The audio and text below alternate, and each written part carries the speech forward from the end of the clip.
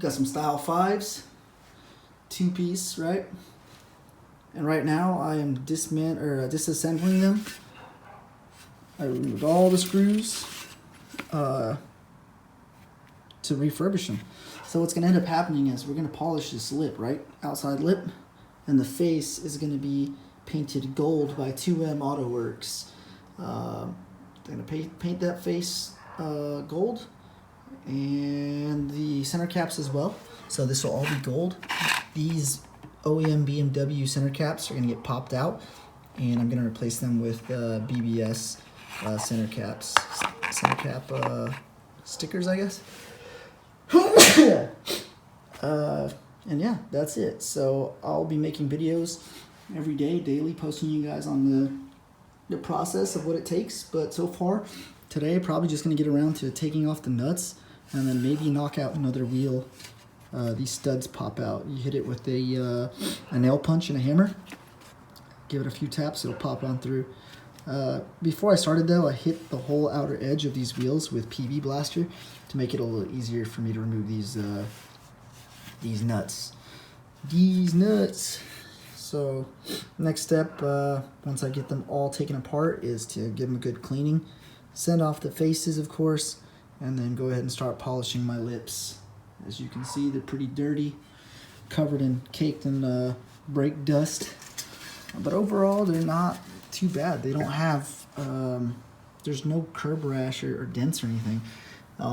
This is all clear coat just peeling off, which is fine because right now I'm about to hit it with, or maybe not today, but eventually I'm going to hit it with a paint stripper, that'll remove the clear coat and get it down to the base metal, so that way I can go ahead and polish it and get it real nice and as close to a mirror shine as possible. Picked these up for $260 this weekend.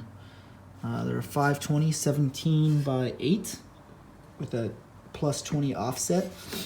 They're off of a 5 series originally, but we're gonna make them work on the E36. Gonna have to roll the fenders and to get the tire width that I want. So I can run a 215 without rolling the fenders, but that's a lot smaller than what the car came with. The car came with 245s squared all the way around, and I want as close to that as possible still, so that way I can maintain that grip level. So I've read online, probably the max I'll get away with is a 235 once I roll the fenders, which isn't going to be too bad if I get some good rubber. And to be honest, the E36 isn't extremely powerful, so I'm not really trying to I'm not really worried about traction in a straight line or burning out. I'm more worried about traction through turns. So I'll probably go with a nice Federal RSRR tire. You can see this one's got a little bit of wear right there, but yeah guys, check back in with you in a sec. Alright, so I got the wheels, the faces separated from the lips, or from the barrel, and cleaned up. So I got rid of all that brake dust.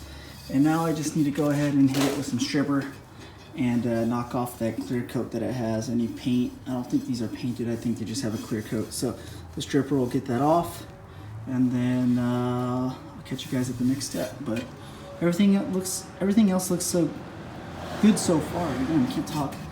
I got one barrel though, I think. Is this one it? Nope.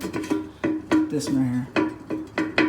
It's bent a little bit, so hopefully it's not too crazy. It doesn't look too crazy at all actually, but it is bent. Faces look fine. Faces, there's really no like big dents. There's just scratches, which is fine because that's just scratch on the silver paint.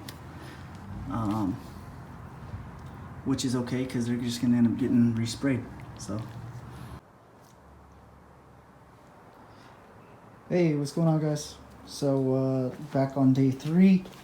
So what I did was yesterday, just to recap, I don't know if I covered it, stripped the paint off the wheels. Those ones still have paint stripper on them. I'm gonna let those sit overnight, one more night. These ones I let sit overnight. So those ones I put paint stripper on, waited like 10 minutes, and then started going at it. And that didn't turn out too well. When I checked back in the morning, there was still a lot of paint stripper on it. So what I decided to do After looking at these, I stripped these off, right? And they came out really nice. So what I did was I put a new stripper on those. Just going to wait overnight so that way you can get the same results I have here. And so this is what it came out with after rubbing it with 80 grit. So 80 grit's pretty harsh, and I don't think you guys can be able to tell, but it's not as shiny as it seems in the video. It's actually really fucking scratched up. You can see right there, pretty beat up, which is fine. So what I did was remove the paint stripper off, right? And then what I did with a wet 80 grit is go ahead and rub it down. And after that, you hit it with some 60, and it looks a lot better. So this is 60, still got some scratches, but we still got a long way to go. We got 200, so this is 160. I think we have 400, 800, 1500, and 2000.